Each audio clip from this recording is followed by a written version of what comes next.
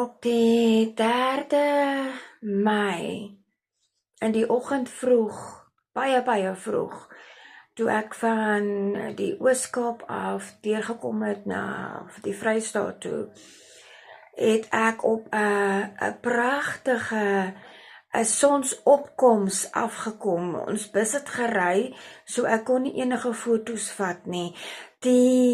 Die kleur van rooi was so mooi.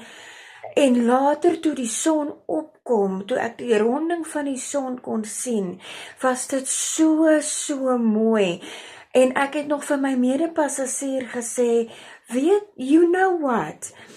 I have never ever seen that specific color of orange red in my life, and I am used to being awake 4 o'clock in the morning already to see the sunrise, to hear the birds, to start to sing.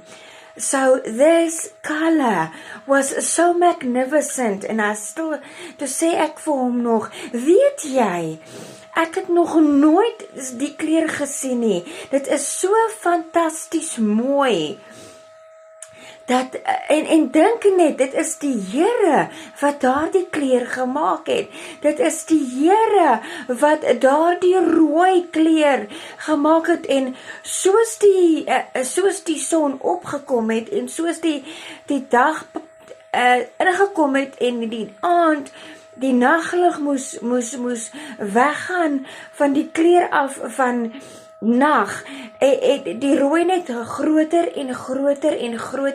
en ligter geword.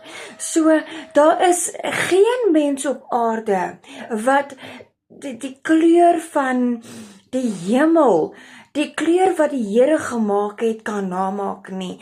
Hy is die koning van kleur, en dit is net hy wat so 'n sonsopkoms kan skape. Niemand op hierdie aarde of in die hemel kan die kleur namaak wat hy alleen geskape het nie.